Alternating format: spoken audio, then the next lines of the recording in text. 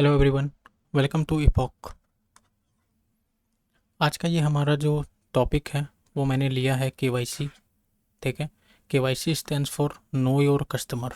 ठीक है। आप बैंक गए होंगे, आपसे भी केवाईसी मांगा गया होगा, आपसे बोला गया होगा कि आपको केवाईसी सबमिट करना होगा। ठीक है। तो चलिए शुरू करते हैं। ठीक है। फर्स्ट क्वेश्चन है हमारा कि व्हाट इज केवाईसी। केवाईसी क्या है? ठीक है। KYC stands for know your customer. ठीक है। Know your customer is the process of verifying the identity of customer. Customer की आइडेंटिटी जो है वेरीफाई करी जाती है इससे। The objective of KYC guidelines is to prevent bank from being used by criminal element for money laundering activity. It also enables banks to understand its customers and their financial dealing to serve them better and manage its risk prudently. ठीक है। इसमें क्या हुआ, KYC का इस mainly क्यों लाया गया? केवाईसी को लाया गया मनी लॉन्ड्रिंग। ठीक है। मनी लॉन्ड्रिंग को रोकने के लिए। ठीक है। मनी लॉन्ड्रिंग को रोकने के लिए केवाईसी को लाया गया। मनी लॉन्ड्रिंग क्या होता है? Money laundering is nothing but आपके पास ब्लैक मनी है। ठीक है। ब्लैक मनी को आप वाइट मनी में कन्वर्ट जो करते हैं, ठीक है, इसको बोलते हैं मनी लॉन्ड्रिंग। ठीक है। मनी लॉन्ड्रिंग के 3 स्टेज होते हैं। ठीक है। मनी लॉन्ड्रिंग के 3 स्टेज होते हैं। फर्स्ट है प्लेसमेंट, सेकंड है layering and third is integration. Okay. ये 3 लेयर होते हैं। ये एग्ज़ाम के पर्सपेक्टिव से उतनी ज़्यादा इम्पोर्टेंट नहीं है, लेकिन बस जानने के लिए मैंने बता दिया। ठीक है। अब नेक्स्ट देखते हैं। नेक्स्ट है आरबीआई गाइडलाइंस क्या है केवाईसी को लेके। ठीक है। RBI issued the guidelines for KYC through the banking regulation act 1949 section 35A। ये क्वेश्चन आ जाता है कि केवाईसी किस रेगुलेशन के अंदर में आता है? वो आता है बैंकिंग रेगुलेशन एक्ट 1949 के अंदर में। ठीक है। Along with prevention of money laundering maintenance of record rules 2005। ठीक है। 2005 का जो रूल है मनी लॉन्ड्रिंग का, ठीक है, उसके अंतर्गत भी ये आता है। Anti money laundering prevention of money laundering जो एक्ट है वो आया था 2002 में। ठीक है। And KYC also comes in 2002। ठीक है। केवाईसी को 2002 में ही लागू किया गया। If there would be any violation और contravention by any bank, it would be subject to penalty under the banking regulation act 1949। इसका मतलब क्या हुआ? इसका मतलब ये हुआ, अगर कोई बैंक, अगर वो बैंक है पीएनबी, ठीक है, अगर पीएनबी बैंक केवाईसी का वायलेशन अगर कर देती है, ठीक है, केवाईसी एक्सेप्ट नहीं करती है, कुछ भी अगर कर देती है, वायलेशन हो जाता है, तो उसको पेनल्टी पे करना पड़ता है। ठीक है। चलिए नेक्स्ट देखते हैं। नेक्स्ट है पर्पस ऑफ केवाईसी। ठीक है। केवाईसी को लाने का पर्पस क्या है? ठीक है। KYC guidelines have been put in place by RBI. ठीक है। अभी मैंने बताया कि आरबीआई द्वारा इसको लाया गया in the context of recommendation made by the financial action task force. ठीक है। ये FATF जो होता है, फाइनेंशियल एक्शन टास्क फोर्स, ठीक है, on anti money laundering standards and on combating financing of terrorism. ठीक है। टेररिज्म एंड मनी लॉन्ड्रिंग को कॉम्बैट करने के लिए, उससे बचने के लिए, ठीक है, उससे जितना हो सके उसको ख़त्म करने के लिए ये केवाईसी का जो है पर्पस यही है, केवाईसी को लाया गया। ठीक है। The prevention of money laundering act requires bank, financial institution and intermediaries to ensure that they follow certain minimum standard of KYC and anti money laundering standards. ठीक है। इसका मतलब क्या हुआ कि सभी बैंक को जो आरबीआई के द्वारा जो गाइडेंस दिया गया है, ठीक है, recommendation made by financial action task force, ठीक है, तो ये जो गाइडेंस दिया हुआ है उसको सभी बैंकों को, फाइनेंशियल इंस्टीट्यूशन को और इंटरमीडिएटरीज को, ठीक है, उसको मानना पड़ेगा। अब नेक्स्ट देखते हैं document requires for KYC. KYC के लिए क्या क्या डॉक्यूमेंट, अगर आप बैंक गए होंगे तो आपको बोला होगा सबसे पहले कि एक आइडेंटिटी लेके आइए। ठीक है, आइडेंटिटी में क्या होएगा, आइडेंटिटी में हो जाएगा आपका, इसका मतलब होता है फोटो ऑफ आइडेंटिटी।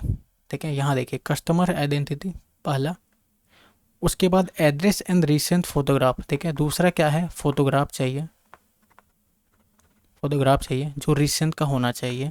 ठीक है, एंड थर्ड, थर्ड आपका ये बोला है एड्रेस प्रूफ। ठीक है, कोई ऐसा डॉक्यूमेंट दीजिए जिसमें आपका एड्रेस लिखा हुआ है, ये तो आधार कार्ड में लिखा रहता है, फोटोग्राफ्स आपको देना है, आइडेंटिटी में पैन कार्ड। ठीक है, या ऐसा कोड जिसमें आपको फोटो आइडेंटिटी हो। ठीक है, चलिए नेक्स्ट देखते हैं। नेक्स्ट है what is digital KYC. Digital KYC क्या है, अभी देखिए, अभी आरबीआई का ये गाइडेंस है, ये सर्कुलर है, ये आरबीआई के वेबसाइट से मैंने निकाला हुआ है, वही मैंने कॉपी या पेस्ट किया हुआ है यहाँ। ठीक है, ये बोलता है कि digital KYC means capturing live photo of the customers and officially valid documents और the proof of possession of Aadhaar where offline verification can not be carried out. ठीक है, अब देखिए हिली एरिया है, ठीक है, हिली एरिया है, वहाँ पर केवाईसी, फिजिकल केवाईसी इम्पॉसिबल हो जाता है कभी कभी। ठीक है, तो उस केस में क्या होता है कि डिजिटल केवाईसी बोलते हैं करने के लिए, डिजिटल केवाईसी आप करवा लीजिए। ठीक है, उसमें आपको फिजिकली आपको बैंक विजिट नहीं करना पड़ता है। ठीक है, आगे क्या लिखा हुआ है, with the latitude and longitude of location where such live photo is being taken by the authorized officer of the RE। RE stands for, ठीक है, RE पहले भी लिखा हुआ था, RE stands for regulated entities। ठीक है, मतलब जो regulated entities यहाँ पर कौन है, यहाँ पर बैंक है। ठीक है, अब आगे देखते हैं। नेक्स्ट है हमारा डच केवाईसी नीड अपडेशन। ठीक है, अब होता यूँ है कि जब आप फर्स्टली जब आप बैंक ओपन करवाने जानते हैं, बैंक अकाउंट ओपन करवाने जाते हैं, ठीक है, बैंक में, तो आपको डॉक्यूमेंट मांगती है, फोटोग्राफ, ठीक है, identity of address and identity proof of photo. ठीक है, मतलब आधार कार्ड आपसे मान लेती है, पेन कार्ड मांग लेती है, फोटोज मांग लेती है। ठीक है, बिजली का बिल मांग लेती है, एंड वो क्या बोलते हैं उसको, यस, वोटर आईडी कार्ड। ठीक है, वोटर आईडी कार्ड मांग लेती, तो ये सब प्रोसेस एक बार तो कर लेती है।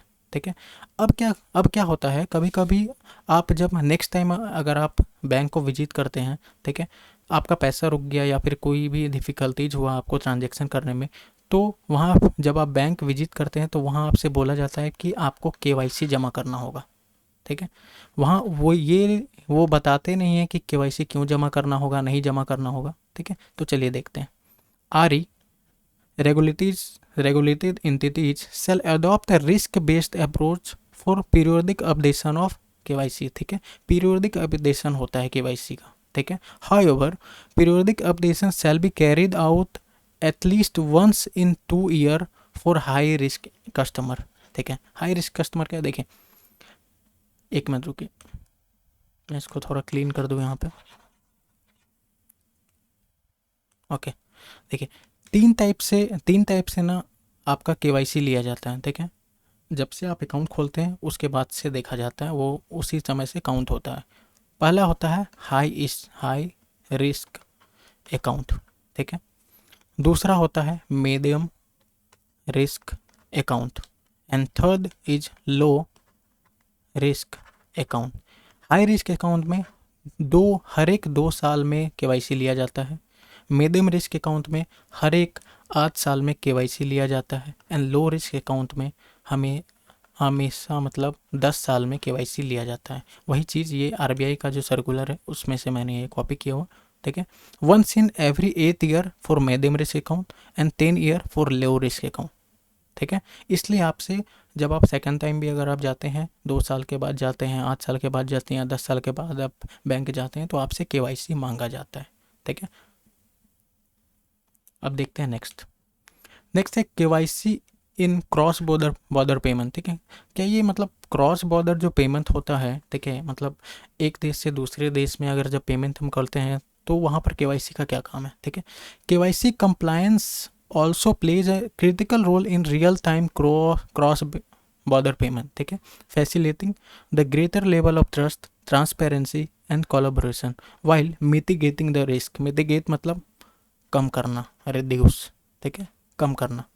A community approach is essential to accelerate the compliance process and create new more collaborative way to address the financial crime, ठीक है, फाइनेंशियल क्राइम को कम करने के लिए, ट्रांसपेरेंसी रखने के लिए, ट्रस्ट होगा, ठीक है, अगर केवाईसी का अपडेशन सही से होगा, केवाईसी को चेक किया जाएगा, केवाईसी अगर अपडेट रहेगा तो उस पर ट्रांसपेरेंसी होगा, ट्रस्ट होगा, ट्रांसपेरेंसी होगा, कोलैबोरेशन होगा, ठीक है, और रिस्क कम होगा, ठीक है। इट्स ऑल अबाउट केवाईसी, ठीक है। और केवाईसी के लिए मैंने बोला था कि 2002 में 2002 में ये केवाईसी आया था, ठीक है। Thank you so much for watching this video. Do like, subscribe and share, ठीक है। If there is some suggestion please give. Thank you so much.